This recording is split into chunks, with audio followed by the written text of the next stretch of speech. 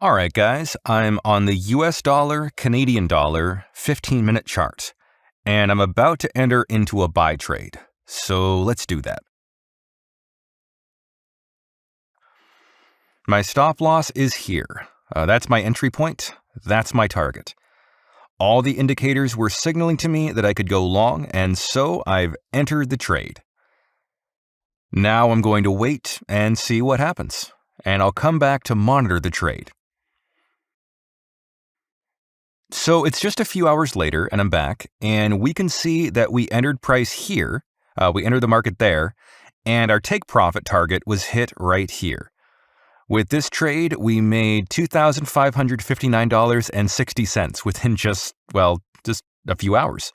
A nice, simple trade. Thanks for watching.